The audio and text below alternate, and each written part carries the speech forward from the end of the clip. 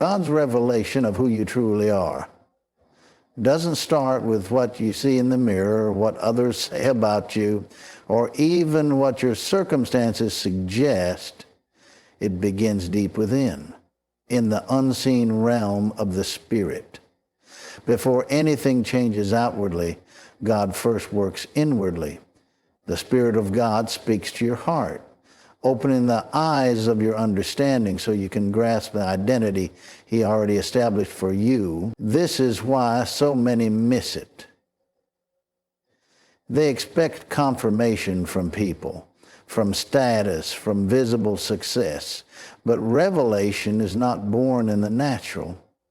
It is conceived in the Spirit, where God whispers truths that often contradict what you feel or what life looks like at the moment. When you start to receive that revelation, something shifts. The Spirit confirms that you are chosen, empowered, and set apart, even when no one else sees it yet. That's how God operates. He shows you in your spirit first so you can believe it before you see it. And once you believe it, your words, your mindset, and your actions begin to align with that revelation. And eventually, what was hidden within begins to manifest on the outside for everyone to see. People often define you by what they can observe. Your past mistakes, your current circumstances, or the limits they've placed on you in their own minds. But God never defines you that way. He calls you according to what He has placed within you and what He has destined you to become. That means their opinions, no matter how loud or convincing they seem, do not determine your identity. When God speaks over you, He speaks from the end toward the beginning. He already sees the completed version of you while others are still judging the process. This is why some people will misunderstand you. They may think you're overreaching when you start walking in faith, speaking differently, or expecting more from life. They only see the surface, but God sees the foundation He's been building inside you. And as that identity starts to rise to the surface, the contrast between who they think you are and who you actually are becomes undeniable. That's when the separation happens, not because you're trying to prove anything, but because the truth about who you are in God naturally outgrows the box they tried to keep you in. The moment you realize the authority you carry as a believer, everything changes. You stop living as someone waiting for permission to be who God calls you to be, and start walking as someone already authorized by heaven. This authority is not about titles or positions. It comes from your union with Christ. When He conquered death, He handed you the keys to stand in that same victory, but many never experience this reality because they are waiting to feel powerful before they act, not realizing that the power is revealed through action, rooted in faith. When you step into that authority, fear begins to lose its grip. Darkness recognizes it, even if you're still learning to grasp it yourself. That's why challenges intensify when you begin to walk in who you are, because spiritual forces understand what's being unveiled through you. Your words start to carry weight, your prayers shift atmospheres, and your presence disrupts what the enemy has tried to build around you. This authority was never meant to stay hidden. It is meant to be exercised, and as you do, your true power becomes undeniable. Not because of who you are on your own, but because of the one who backs you. Opposition often feels like a sign that you are doing something wrong, but in reality, it is proof that something right is being revealed about you. When God begins to uncover who you really are, it disrupts everything that has tried to keep you small, silent, or uncertain. The resistance you face is not random. It is a reaction to the unveiling of your true identity. The enemy does not fight what he does not fear. He fights what threatens his hold. And the moment you start to realize what God has placed within you, you become a threat. This is why certain people may suddenly turn against you, or circumstances may seem to tighten just as you start to gain clarity about your calling. It's not because you are weaker than before. It's because you are stepping into a greater awareness of your strength. The pressure is a sign that revelation is breaking through. Instead of letting opposition discourage you, recognize it as confirmation. It means that what God has revealed in your spirit is beginning to show up in your life, and the forces trying to resist you are only proving that you are becoming exactly who God said you are. Before you ever took your first breath, your identity was already established by God. Nothing about who you are becoming is accidental.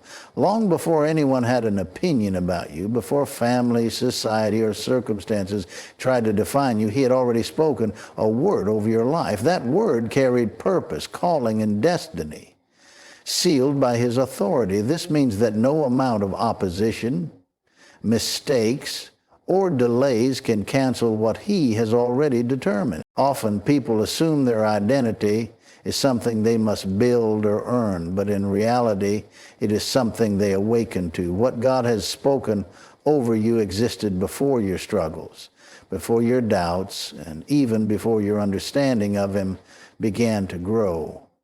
As you discover more of him, you begin to discover more of yourself, the version of you that was complete in his mind from the very beginning. And when that realization takes hold, you stop chasing validation and start walking with a confidence that you are not becoming something new.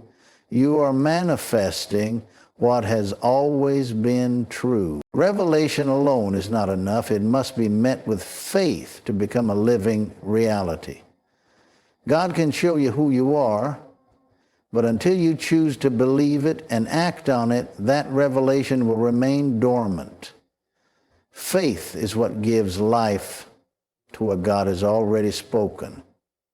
It's not about waiting to see evidence before you move. It's about moving because you trust the one who revealed it to you. Faith speaks what it believes, even when circumstances seem to mock it. It aligns your words, your thoughts, and your actions with what God has said, not with what fear suggests.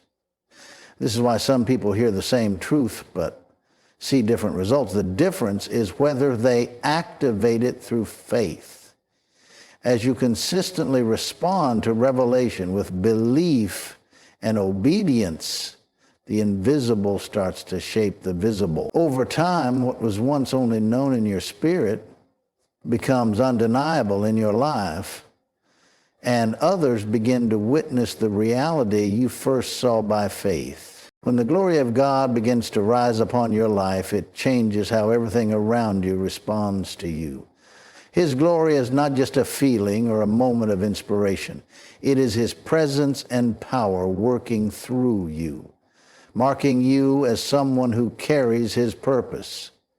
This is why opposition grows more intense as his glory increases, because the forces that once ignored you can no longer deny what you carry. You are not moving in your own strength. You are moving as a vessel of something greater. And that makes you untouchable in ways the natural mind cannot explain. The glory of God does not remove challenges, but it makes you rise above them. Where others see obstacles, you see opportunities for him to show himself strong. His glory creates a distinction, causing you to stand out, even when you are not trying to. It's not about being noticed by people.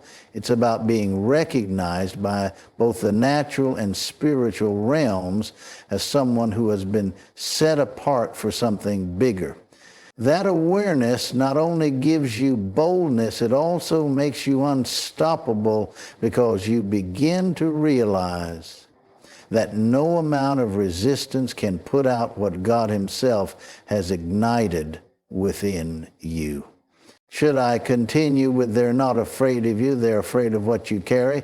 Or do you want me to compile everything we've expanded so far into a single draft of the speech? The resistance you face is rarely about you as a person.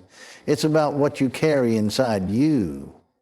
When God places something significant within you, a calling, anointing, or assignment, it carries weight in the spiritual realm even before you fully understand it. Others can sense it. Some will be drawn to it, while others will be unsettled by it, because what you carry exposes what they are trying to hide or protect. This is why certain doors seem harder to push open, and why some people react to you in ways that don't make sense. They're not intimidated by your personality or your abilities. They're reacting to the potential that God has placed in you and the impact it will have when it manifests. The enemy is never threatened by empty vessels. He is threatened by vessels filled with purpose. When you understand this, you stop taking opposition personal. You realize it's confirmation that you're carrying something worth protecting and worth fighting for. And that awareness gives you the courage to keep moving forward regardless of how others respond. When God reveals who you really are, it requires you to change how you live. Revelation is not just information. It is an invitation to transformation. Once you see yourself the way he sees you, you can't keep thinking the same way, speaking the same way, or acting the same way. Holding on to old patterns while trying to walk in new identity creates conflict, because revelation demands alignment. This process can be uncomfortable. It means letting go of habits, relationships, and mindsets that no longer fit who you are becoming. It means choosing discipline over convenience and obedience over feelings. But as you yield to that transformation, your life begins to reflect the reality of what God has shown you. The more you align with that revelation, the more visible it becomes, not just to you, but to everyone watching. Transformation is the proof that the unveiling of your true identity is real, and it positions you to carry even greater revelation as you continue to grow. There comes a moment when you can no longer shrink back into who you used to be, because revelation has made it impossible to pretend you don't know who you are anymore. This is that moment. Walking boldly doesn't mean you won't feel fear. It means you move forward in spite of it, trusting that what God has placed in you is stronger than anything standing against you. Boldness is not arrogance. It is agreement with what heaven has already declared about you. When you choose to walk boldly, you stop waiting for perfect conditions or unanimous approval. You realize that hesitation only delays what has already been settled by God. Every step you take in faith gives evidence that the unveiling of your true identity is not just a private experience, but a public demonstration of his power working through you. This season calls for confidence rooted in him, not in what you see. As you step into that confidence, you become a living reminder that when God reveals who someone truly is, no amount of fear, doubt, or opposition can keep it from coming to pass. You are not stepping into something new. You are stepping into what has always been true. Everything God has revealed about you was settled long before anyone doubted you, opposed you, or misunderstood you. Their fear is simply proof that the unveiling cannot be stopped. Walk boldly, speak with authority, live as the person God already declared you to be. Because once he reveals who you really are, no one and nothing can put that revelation back in the darkness.